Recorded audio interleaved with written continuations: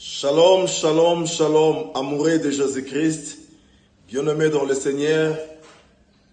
Une fois de plus, je prie que le Seigneur, le Dieu Tout-Puissant, vous bénisse énormément.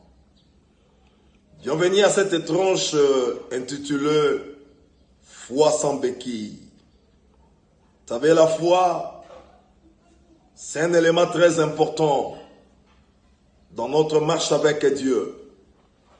Et une chose que j'ai compris, chaque prière a besoin de la foi.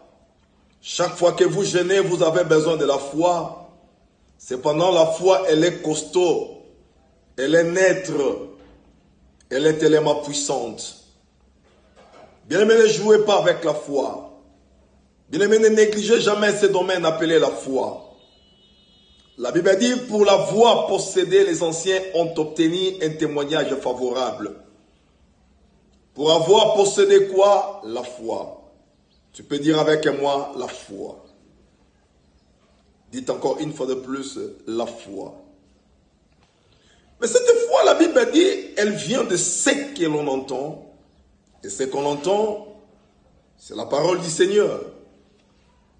Dis-moi, qu'est-ce que tu es en train d'entendre dans tes oreilles? Je te dirai ce que tu pourras devenir.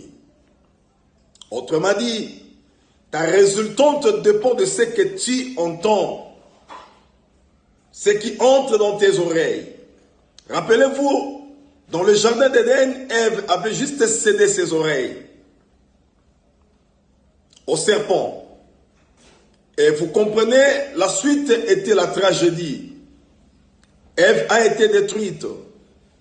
Viviane, la source de vie, l'humanité tout entière a été pervertie. Pourquoi? Parce que Ève avait cédé ses oreilles au serpent.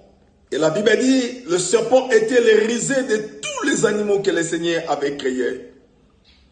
Bien-aimés dans le Seigneur, ne permettez jamais à ce que vous entendez n'importe quoi. Ce que vous entendez pourra vous détruire, pourra aussi vous construire. Mais ma prière ce matin, le vœu de mon cœur, que ce que vous entendez maintenant vous apporte la vie, vous apporte le bonheur, vous apporte la stabilité, vous apporte le repos, vous apporte la consolation, vous apporte la foi en la personne de Jésus-Christ. C'est Dieu, il est vivant, il est réel. Il est vrai, il agit jusqu'à ce jour. Oh, la Bible dit, si vous l'invoquez de tout votre cœur, il se laissera trouver.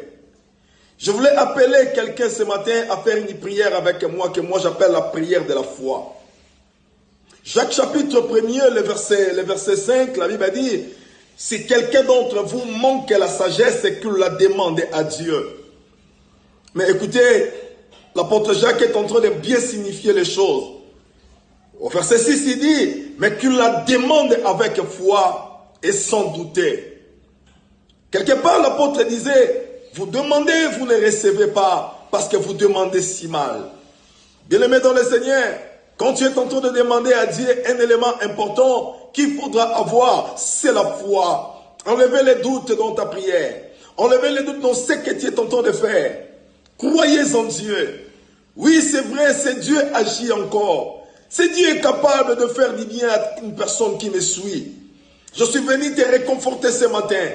Peut-être tu es au point de t'élever, au point d'aller au travail, au point de faire je ne sais pas moi quoi. Mais je te dis, il y a une prière appelée la prière de la foi. La prière de la foi, c'est cette prière-là qui est faite sans doute. Mais tu es engagé dans ton cœur. Oh bien-aimé, soyez convaincus dans ce que tu es en train de faire. Soyez convaincus dans ce que tu es en train de dire. Dieu existe. Dieu existe.